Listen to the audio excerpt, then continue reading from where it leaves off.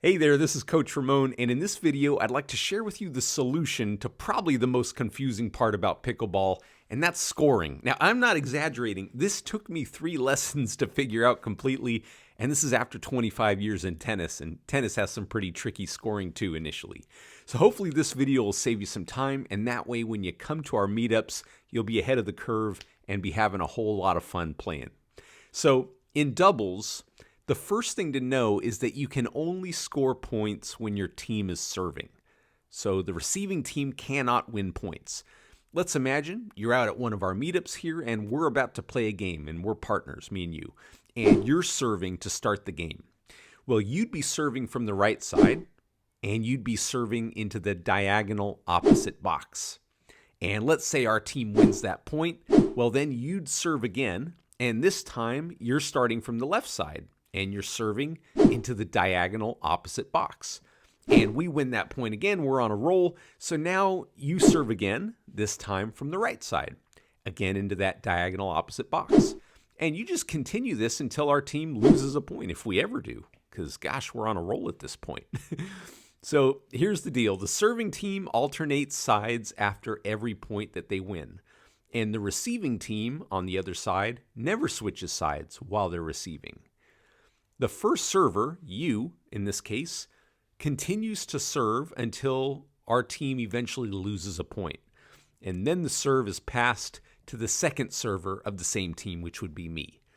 And then the pattern continues. So unlike in tennis doubles, where our team would serve for one game, then the opponents would serve for one game, etc.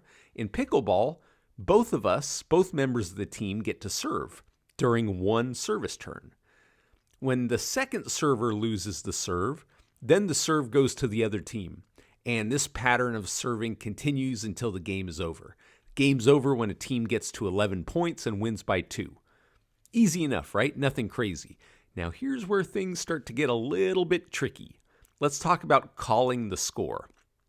In doubles, the score is called in 3 numbers, and the proper sequence of those numbers is the server's score, or the serving team's score, the receiving team's score, and then, for doubles only, the server number, which is either 1 or 2.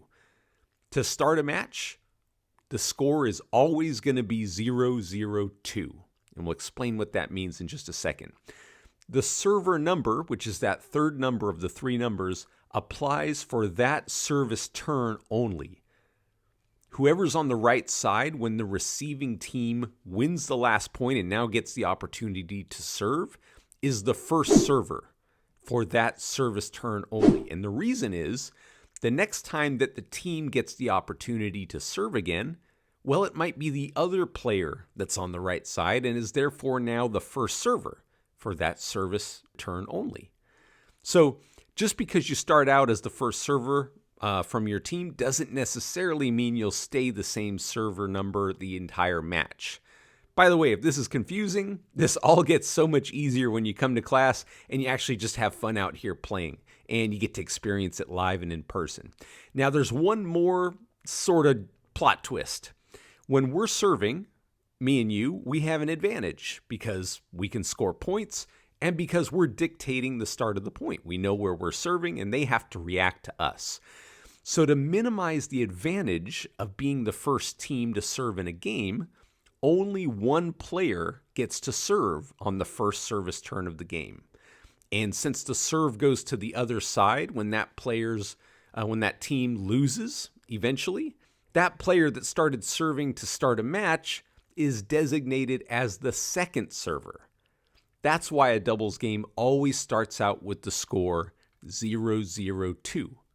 So there you have it. Remember, if this is a bit confusing, first of all, this took me 3 weeks to figure out, so I know there's hope for you.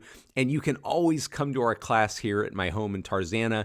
Join us on the court with Dan and me. We'll have a lot of fun, and we'll be happy to walk you through this and hit some balls. So in the meantime, if you have any questions at all, feel free to reach out here, and I'd be happy to help you.